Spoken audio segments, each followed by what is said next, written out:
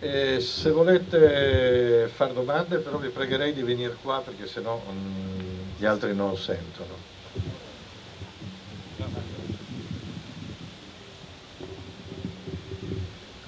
Allora, prossima settimana sappiamo tutti che ci sarà il G8 all'Aquila, dove si discuteranno delle cose che riguardano tutti noi, però non sappiamo, non siamo stati informati che la settimana scorsa alle Nazioni Unite c'è stata una riunione di 192 paesi convocati dal segretario dell'Assemblea, padre Miguel De Scotto, che non so se può essere annoverato fra i teorici della decrescita, ma sicuramente fra i critici di questo sistema. Infatti lui ha detto che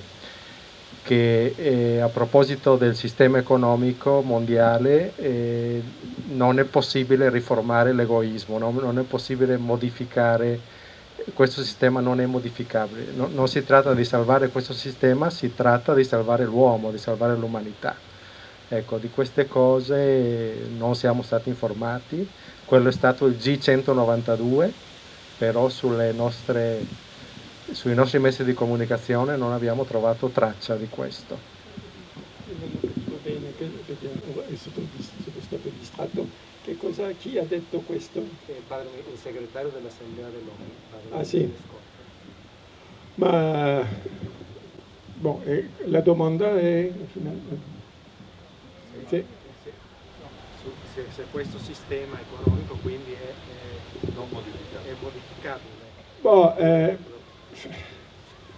tutto è modificabile perché parlare di sistema è un modo necessario al punto di vista per intellettuale per capire le cose, ma non viviamo in un sistema, viviamo in un mondo molto complesso dove ci sono dei capitalisti buoni, dei capitalisti cattivi, soprattutto cattivi perché la logica, ci sono delle logiche che, come la concorrenza sfrenata, che abbiamo ancora accelerato questa. Naturalmente, molto spesso sono chiesto quando faccio le conferenze sulla decrescita, ma allora il progetto della decrescita implica di uscire dal capitalismo. Allora la mia risposta è naturalmente, perché il capitalismo è precisamente questo sistema dell'accumulazione illimitata del sempre di più. Detto questo, cosa significa uscire dal capitalismo? Nessuno lo sa. Abbiamo pensato per tanti anni, noi comunisti o socialisti, che bastava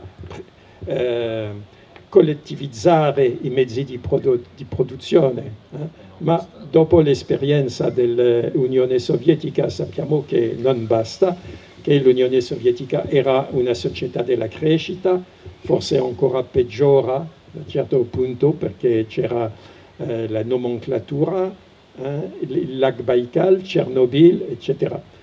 E il Gulag, che non è veramente un laboratorio della decrescita felice. Forse è la decrescita, ma è la decrescita infelice.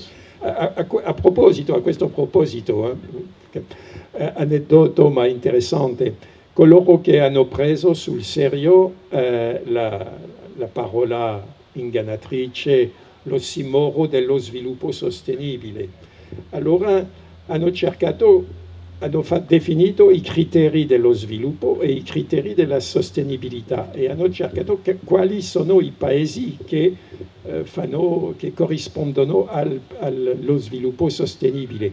Per lo sviluppo hanno preso gli indici del sviluppo umano dell'ONU e per la sostenibilità l'impronta ecologica e hanno fatto un grafico. Allora ci sono un sacco di paesi, tutti i paesi cosiddetti sviluppati che vanno bene per i criteri dello sviluppo, ma sono sbagliati per la sostenibilità. E tutti i paesi poveri che sono buoni per la sostenibilità, ma lo sviluppo vale. E c'è solo un paese che corrisponde allo sviluppo sostenibile, a questi criteri, un paese di cui è meglio non parlare, si tratta di Cuba.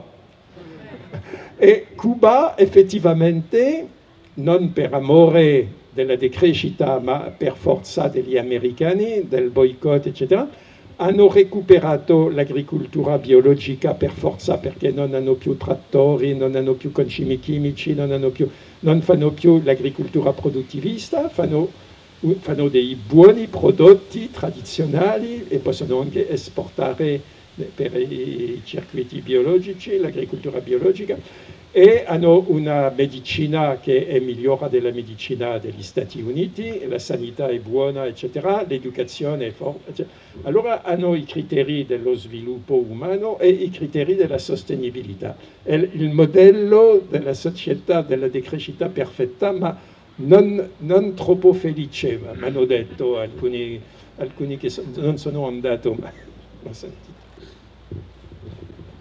Prego. Una domanda molto semplice. Secondo lei i poteri forti, ecco, penso che lei sappia quali sono i poteri forti, affosseranno il pianeta? I poteri affosseranno il pianeta. Se li lasciamo fare sicuramente, è per questo che dobbiamo, ma ora, perché non abbiamo, purtroppo ci siamo lasciati spossessare della nostra potenza, perché anche i poveri hanno una potenza di resistere, ma finalmente con il marketing, con la società dei consumi, ci siamo lasciati intossicare, manipolare. Ma l'unica cosa è che questa società si autodistrugge. La crisi è già il primo passo dell'autodistruzione di questa società. Per me è una buona notizia il fallimento di General Motors.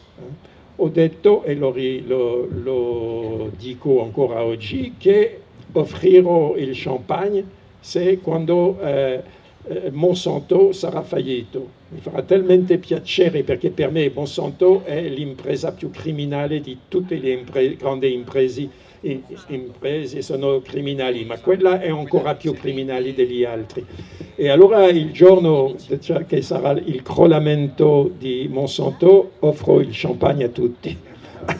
E spero che sarà domani o dopodomani. Prima avevi parlato di catastrofi a scelta proprio, 2 gradi di innalzamento della temperatura, possibili 6 gradi, fine della vita come la conosciamo, possibile fine della vita umana sulla Terra.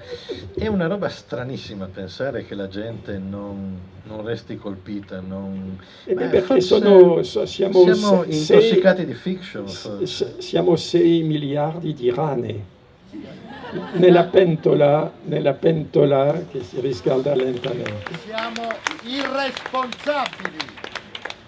Allora non sono competente per dire se 6 gradi è la fine finale, ma lo dicono più di 3.000 scienziati che saranno parti È interessante la storia del IPCC, come dite, del GIEC, il gruppo intergovernativo sull'evoluzione del clima, perché hanno fatto 20 anni fa un primo rapporto, dicevano c'è qualcosa del climato ma non sappiamo bene. Poi hanno detto probabilmente, il secondo rapporto, probabilmente l'uomo è responsabile, ma non lo sappiamo un po'. Poi un terzo dice è quasi sicuro che l'uomo è responsabile, ma non siamo sicuri dell'importanza se sarà 2-3 gradi, eccetera. E poi il quarto rapporto, l'ultimo rapporto, che dicono siamo sicuri quasi 100%, e ora il problema è Allora siamo sicuri che sarà 2 gradi alla fine del secolo, non possiamo dire se sarà 6 gradi, l'unica cosa che possiamo fare è prepararci a questo. E l'evento importante fra poco sarà la conferenza di Copenaghen alla fine dell'anno, perché a Copenaghen sarà, e là tutti lo sanno, tutti i potenti del mondo ora hanno i dati, se lo sanno, e già si preparano a essere più furbi l'uno dell'altro, ma come dicono un amico ex ministro dell'ambiente Yves Cochet, la natura non negozia.